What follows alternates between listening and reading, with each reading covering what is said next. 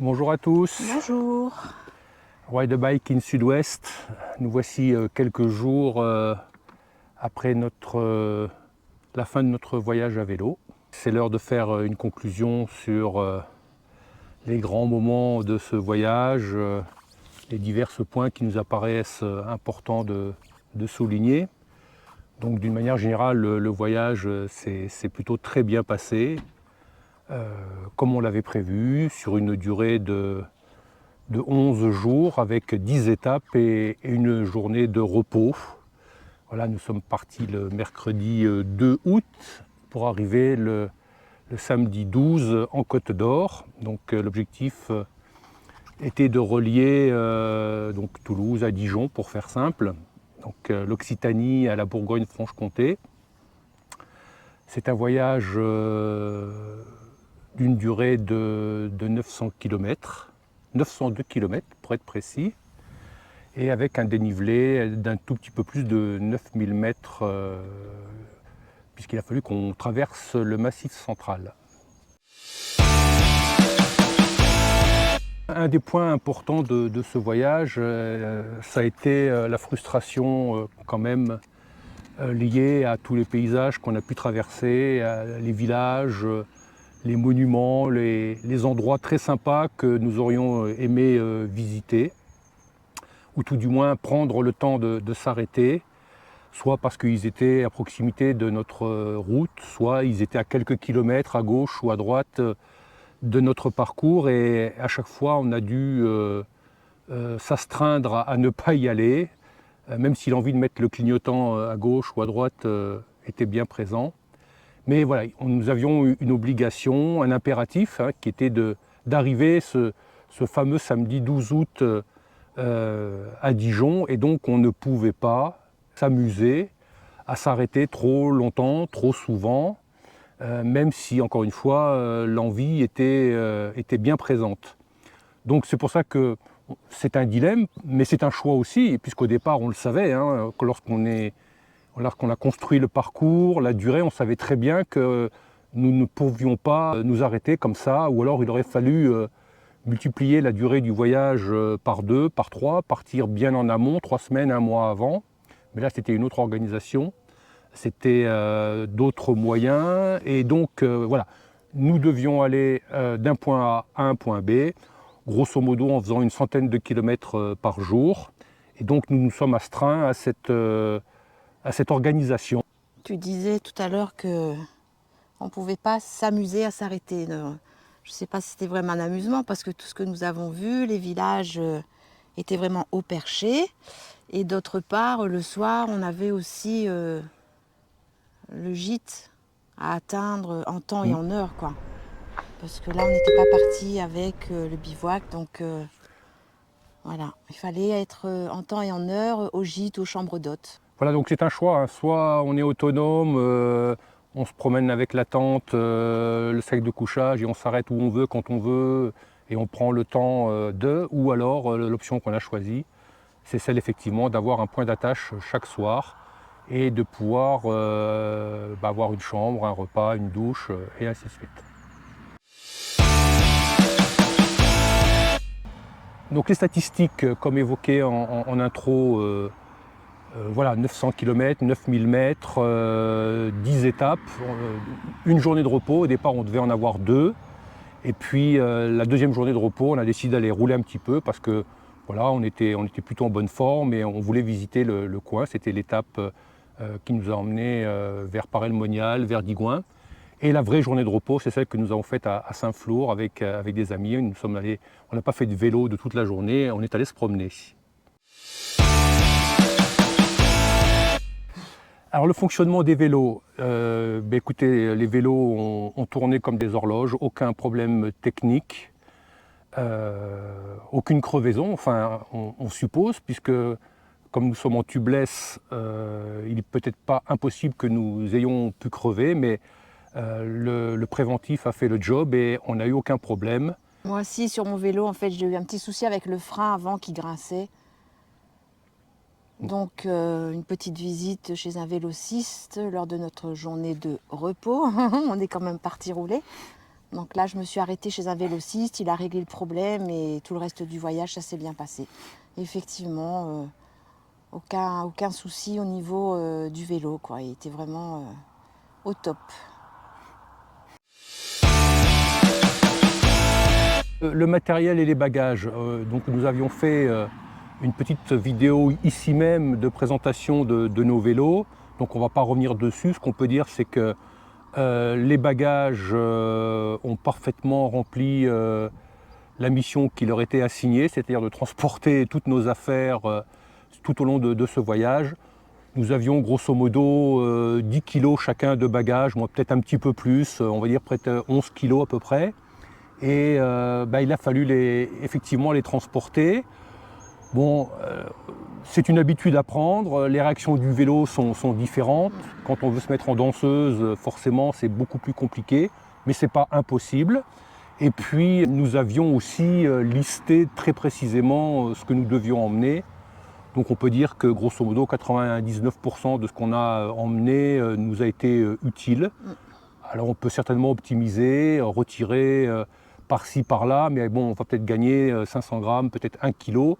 Mais quand on voyage comme ça sur 10, 12, 15 jours, il y a quand même un minimum de choses à prendre, un minimum de confort à avoir, notamment le soir quand on arrive au gîte, se mettre en tenue civile pour pouvoir soit se promener, soit aller dîner, pardon. Donc on était obligé d'avoir quand même un minimum de bagages. Le physique des cyclistes. Corinne. Alors moi, 15 jours avant le départ, j'étais vraiment pas sûre de faire ce périple à vélo. Donc la deuxième option, c'était effectivement que Romain parte à vélo et que je le suive en voiture. Parce que dans des épisodes précédents, j'avais relaté un souci de santé pour moi. Donc 15 jours avant, médecin du sport et tout le tout team. Donc effectivement, le nécessaire a été fait. Et mon physique, eh ben, voilà, je remercie mon corps parce qu'il m'a laissé profiter de ces jours à pédaler et d'en prendre plein les yeux. Donc voilà, mais côté physique, tout a été vraiment parfait, quoi. C'était génial, vraiment. Voilà, c'était génial. Moi, me concernant, ça s'est bien passé également. Pas de douleur particulière, si ce n'est un petit peu aux fesses à partir du 6e, 7e jour. Je pense que c'est lié à la répétition des étapes, aux heures de pédalage, au poids des vélos bien évidemment, et au poids du bonhomme aussi. Mais hormis ce problème de mal au cul, pour parler français, je n'ai pas eu de problème particulier. Une journée. Dans l'étape où on s'est arrêté au Fel, le lendemain au départ, t'étais pas. Oui, j'étais un peu barbouillé. T'étais pas au top, les problèmes.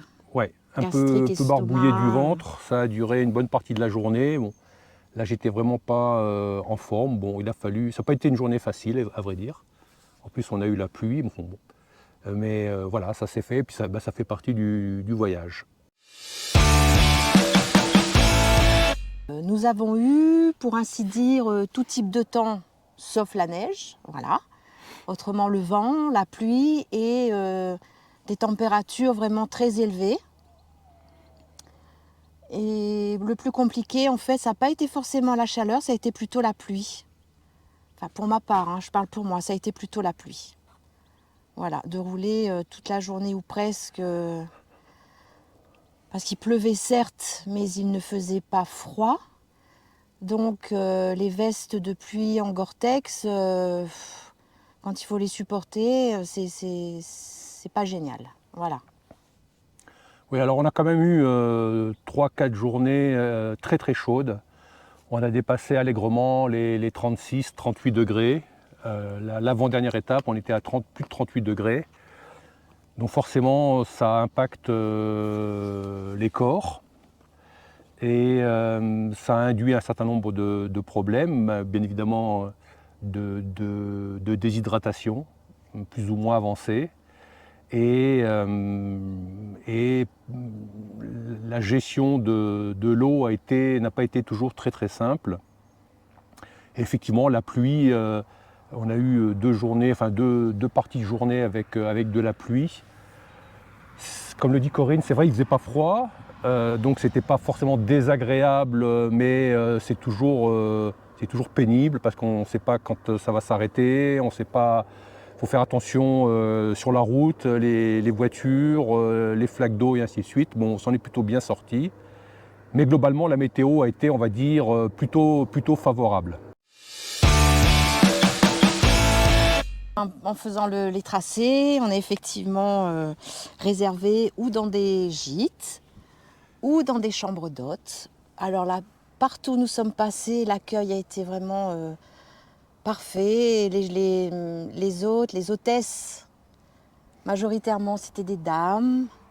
Vraiment, enfin, un accueil parfait, quoi. Et on a pu rencontrer d'autres personnes qui étaient là aussi en vacances et qui étaient très curieux de savoir, D'où on venait, ce qu'on faisait, où on allait. voilà, et le voyage à vélo, pourquoi, enfin, ils étaient curieux, donc c'était bien sympa de partager avec eux des moments comme ça.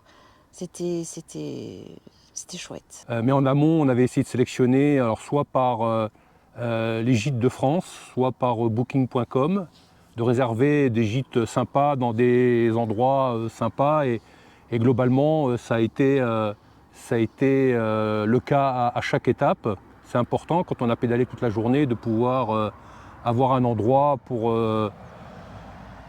se relâcher, pour se reposer, passer une bonne nuit. Et puis, comme le dit Corinne, les accueils ont toujours été très sympas, les repas préparés par les propriétaires. On avait des endroits à chaque fois pour stocker les vélos en sécurité. C'était un point important également. Et puis des gens très curieux, des propriétaires très curieux de savoir voilà, d'où on venait, où on allait.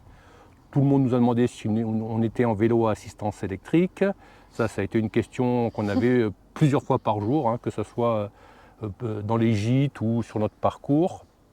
Et non, ce ne sont pas des VAE, ce sont des vélos musculaires. Alors sur la partie alimentation. Alors, nous sommes partis de chez nous avec quelques barres énergétiques, sucrées ou salées. Et écoutez, je pense qu'on avait bien calculé notre coût concernant ces barres, parce qu'on en a eu juste ce qu'il fallait.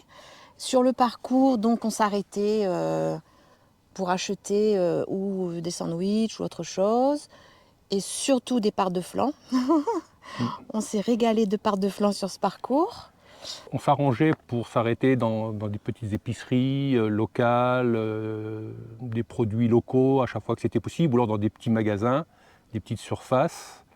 On a eu parfois, non pas des difficultés, mais on a préféré acheter notre repas de midi dès le matin. Dès qu'on voyait une épicerie, on s'arrêtait parce qu'on n'était pas sûr de pouvoir trouver tout au long du parcours et au moment où on en aurait eu besoin, de quoi se restaurer. Donc souvent Corinne portait dans sa sacoche à l'avant le déjeuner du midi depuis 9 h du matin.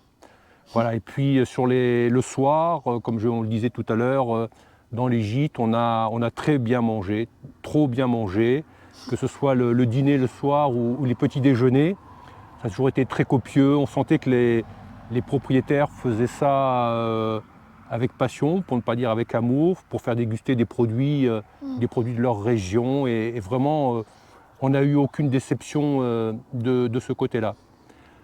Sur la partie boissons, donc nous avions des électrolytes, des pastilles, plusieurs parfums, donc qu'on met à diluer dans chaque gourde avec un léger effet effervescent. L'objectif de ces électrolytes, c'est de redonner un petit peu de sels minéraux perdus effectivement par la transpiration lorsque l'on pédale. Et là aussi, ça nous a aidé, ça nous a beaucoup aidé. Ça n'a pas empêché qu'on puisse être déshydraté, mais ça nous a quand même pas mal aidé. Donc le matin, on partait des gîtes. Alors certains propriétaires nous mettaient nos gourdes au frais pour le lendemain, donc bien sympa. Bon, Don ne pouvait pas le faire parce que pas de place, enfin bref, peu importe. Donc on remplissait nos gourdes, on avait chacun 3 gourdes. On remplissait nos gourdes le matin avant le départ. Et puis sur la route, eh bien, il fallait effectivement gérer ça au mieux, à savoir dès qu'il y avait un cimetière avec un robinet et de l'eau potable, on s'arrêtait, on remplissait nos gourdes. Si pas de cimetière ou pas d'eau potable, parce que dans certains cimetières, effectivement, il y avait des panneaux, il était noté eau non potable, donc on ne s'était pas aventuré pour remplir nos gourdes, parce qu'en plus, on n'avait pas le matériel pour assainir l'eau, donc on a préféré ne pas remplir. Donc on allait chez quelqu'un, on tapait à la porte, et puis les gens sympas nous remplissaient les gourdes, voilà, et pareil, nous posaient des questions, mais d'où vous êtes partis, où est-ce que vous allez, enfin bref, donc voilà, ça suscitait aussi la curiosité des gens, et un partage bien sympathique aussi. Et puis ma foi, si c'était pas les cimetières, quand on passait devant une supérette ou autre, eh bien on s'arrêtait, on achetait nos bouteilles, on remplissait nos gourdes et on roulait. Alors on a fait comme quelques arrêts dans des bars, dans des troquets pour boire un Diabolo fraise, une Vitelle menthe et bon, c'est toujours des moments sympas où on peut essayer de récupérer un petit peu, de souffler un petit peu à l'ombre. Oui, puis l'eau gazeuse avec le sodium et tout ça, enfin ça fait du bien aussi, quoi, pas la récupération. Une petite glace, ça fait pas de mal aussi. On en a mangé une fois des glaces. Une fois, pas deux. Ouais, une fois. Ouais.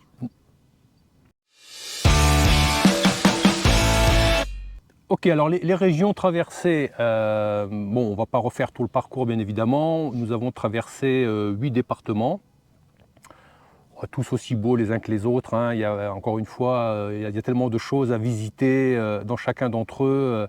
Voilà, on a eu des routes plutôt bien entretenues d'une manière générale. On a eu quelques portions de gravel très sympas également. Lorsqu'on a construit le parcours, on a utilisé soit Komoot, soit Strava. Et on arrivait à visualiser un petit peu les routes, enfin la taille des routes, hein, départementales, chemins, routes forestières et pistes de Cravelle. Voilà, donc tout ça pour dire que tous les départements nous ont apporté beaucoup de satisfaction visuelle, on va dire. Que ce soit la vallée du Lot, que ce soit bien évidemment le Cantal, à 1450 mètres d'altitude dans les Estis, que ce soit le long du canal du Centre. Enfin, il y a énormément d'images qu'il nous reste de ce voyage et encore une fois, on aurait pu voir ou faire un autre parcours. Hein. Il y avait tellement de routes à emprunter qu'il a fallu en choisir une, bien évidemment. On a essayé de tracer le plus droit possible pour éviter que ça fasse aussi trop de kilomètres. C'est sûr que si on avait contourné, on aurait augmenté le kilométrage, mais encore une fois, on était tenu par le timing. Pour conclure ce paragraphe, la France est belle. Très très belle, oui. Alors sur notre parcours, bien évidemment, on a rencontré des gens dans les gîtes, oui, les propriétaires, et puis des gens qui étaient comme nous de passage, avec qui on discutait pendant le dîner. Sur la route, les cyclistes. Alors quand on s'arrêtait, on croisait des gens aussi qui voyageaient à vélo, donc c'était des moments aussi où on se posait des questions, et puis d'où vous venez, et puis enfin la curiosité, quoi. C'est des échanges, c'est des moments que j'apprécie énormément et c'est du plaisir. On partage la même chose quand les gens voyagent comme nous à vélo, donc on sait ce qu'on vit et ce qu'on recherche. Donc pour moi c'est important, voilà. Prendre du plaisir à vélo à chaque moment et à chaque rencontre, voilà. Alors on a aussi papoté avec des gens qui n'étaient pas des cyclistes, mais qui étaient intéressés par ce qu'on faisait et avec lesquels on a pu effectivement échanger sur le vélo ou sur autre chose, sur leur département, sur leur région, notamment le monsieur qui était en fauteuil roulant lorsqu'on était à Varennes-Larconce, qui nous a parlé de Bernard Thévenet pendant 15-20 minutes. C'était très sympa. Comme vous avez pu le voir, nous avons pas mal filmé lors de ce voyage. d'abord et avant tout pour avoir des souvenirs à partager, pour nous principalement, mais aussi pour les amis et puis pour toutes celles et ceux qui sont intéressés, pas tant par le vélo en lui-même, mais par le voyage à vélo. C'est deux choses assez différentes. Donc on espère qu'à travers ces vidéos, on a pu faire passer un petit peu ce qu'on a vécu, ce qu'on a ressenti. Alors en tout et pour tout, il y a eu 662 rushs qui ont été enregistrés avec 2 caméras GoPro. Donc ça a été aussi une aventure pour mettre tout ça en musique et faire qu'on arrive à raconter des histoires sympathiques, agréables à voir, à entendre, même si des fois le son est un peu compliqué avec le vent, voilà. Ça a été à chaque fois, les vidéos ont été prises sur le fait, en direct, donc pas toujours, voilà, il faut savoir que pédaler, surveiller sa route et filmer en même temps, c'est extrêmement compliqué. Donc c'est pour ça que des fois la caméra bouge, des fois elle tombe par terre, on roule dessus. Mais voilà, ça fait partie du truc. Mais voilà, on a pris beaucoup, enfin c'est principalement moi qui ai filmé, j'ai pris beaucoup de plaisir à filmer et puis à mettre en musique au sens propre et au sens figuré du terme toutes ces vidéos. On avait pris le parti au départ d'essayer de canaliser un petit peu tout ça pour pas que ça parte dans tous les sens. Donc on publiait chaque soir sur Facebook, sur notre page Ride the Bike in Sud-Ouest, on publiait 3-4 photos de l'étape du jour avec le parcours. Et c'est tout. On n'a pas voulu passer par Instagram parce que ça multipliait les mêmes vues ou les mêmes photos. Voilà, donc on est resté sur Facebook, sachant qu'on allait avoir par la suite les vidéos à mettre sur YouTube. Donc on n'allait pas démultiplier les modes de diffusion. Et c'est la raison pour laquelle on est resté attaché d'abord et avant tout à Facebook. Donc merci à toutes les personnes qui nous ont soutenus, qui nous ont mis des petits pouces. Et à celles qui ont mis des commentaires, toujours très sympas, très bienveillants. Donc ça nous a fait du bien aussi, parce que ça nous permettait aussi non pas de nous motiver, mais de nous donner encore plus l'envie de continuer et de continuer à faire aussi en parallèle du vélo, des photos, des vidéos que l'on partage. Alors moi, je pense que sur tout ce périple, on n'a vraiment pas eu de problème avec les autres usagers, à savoir les voitures, les camions, les tracteurs, quand on était sur des petits chemins de campagne, des petites routes de campagne. Enfin, globalement, ça s'est bien passé. Franchement, c'était un peu mon appréhension aussi. Bon, on a effectivement de temps en temps sur le parcours... vers Cournon. Vers Cournon, on a le Cournon d'Auvergne précisément, une route là qui était vraiment très passagère avec des camions. Enfin, on passait dans des zones où il y avait pas mal d'usines, des choses comme ça, et des camions, enfin, qui faisaient pas vraiment gaffe. Donc ça par contre, ça a été un départ, une partie de la journée qui m'a vraiment stressée pour le reste.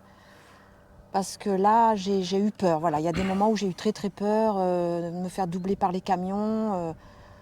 Enfin, voilà.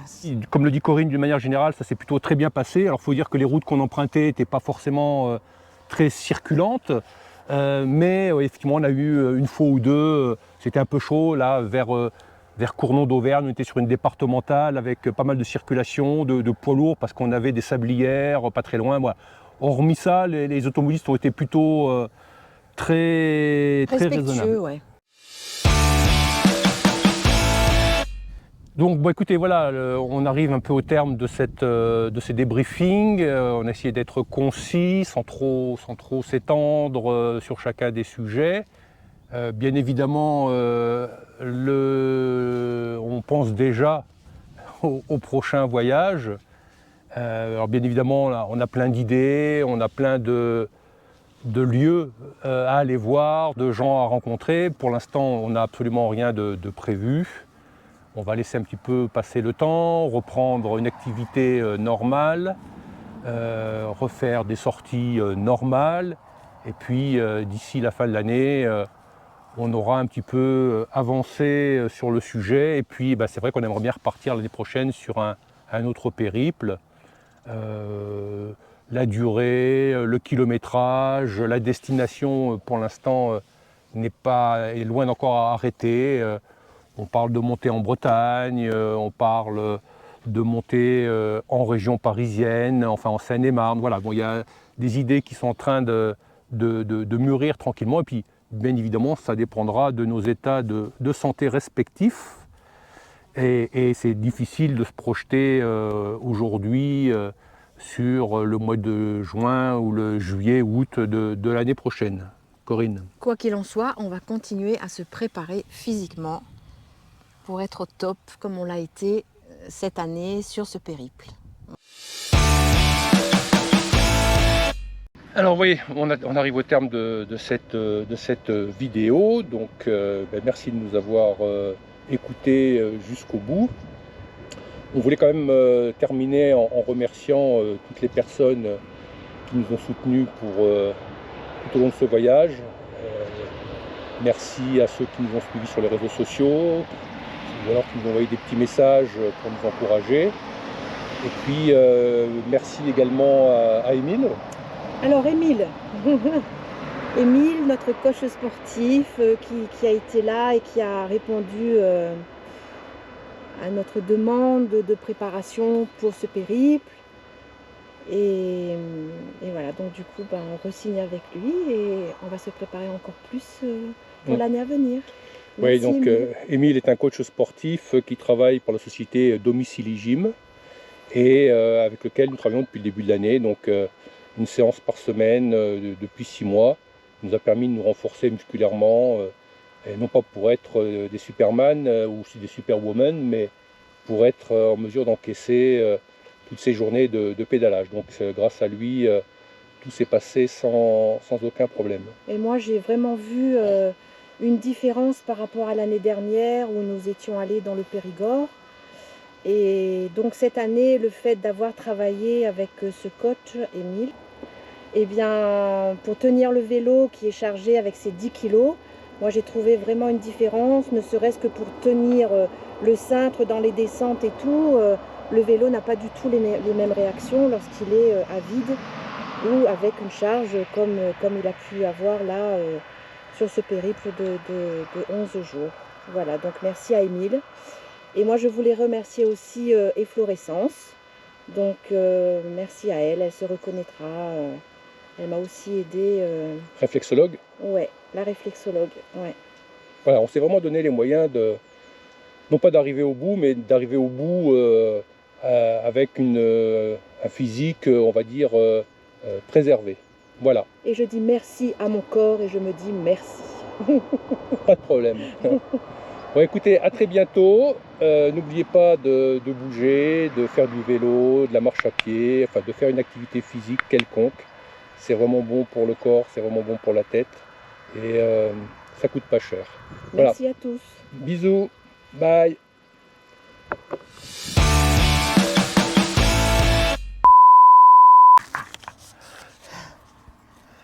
C'est bon?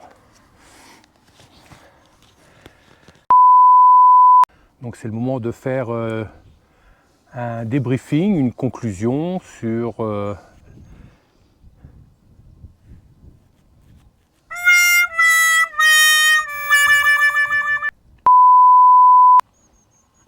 voilà. Toi, si tu veux ajouter quelque chose à ce... Non, mais tu as tout dit, hein. Tu as tout dit. Ok.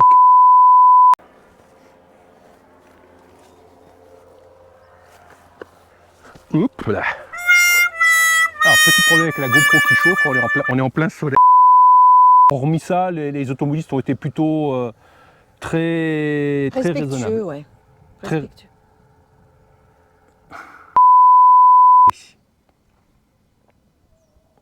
Non, rien à ajouter.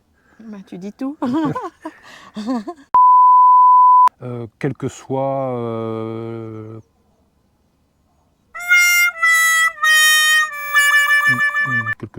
je sais pas. Moi aussi, sur Alors, les gîtes et les chambres d'hôtes.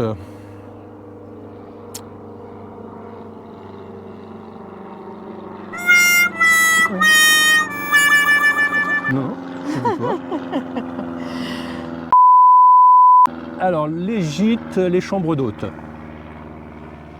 Bah, Corinne, Je sais pas quoi dire. bah, hein, tu sais pas quoi dire. On a parlé hier au petit-déj. Oui, donc on a plutôt bien choisi. Alors c'est toujours Et quoi d'autre? et oui, donc alors les rencontres humaines. Alors, dans les paragraphes, dans On recommence. Alors les rencontres humaines. Comment tu trouves cette fin? Tu veux pas regarder si ça n'a pas tout foiré quand même? Bah, Au moins, à quel niveau? bah, tu disais, si on est obligé de tout recommencer. Broken future, all the plans you made in your heart grew just to die.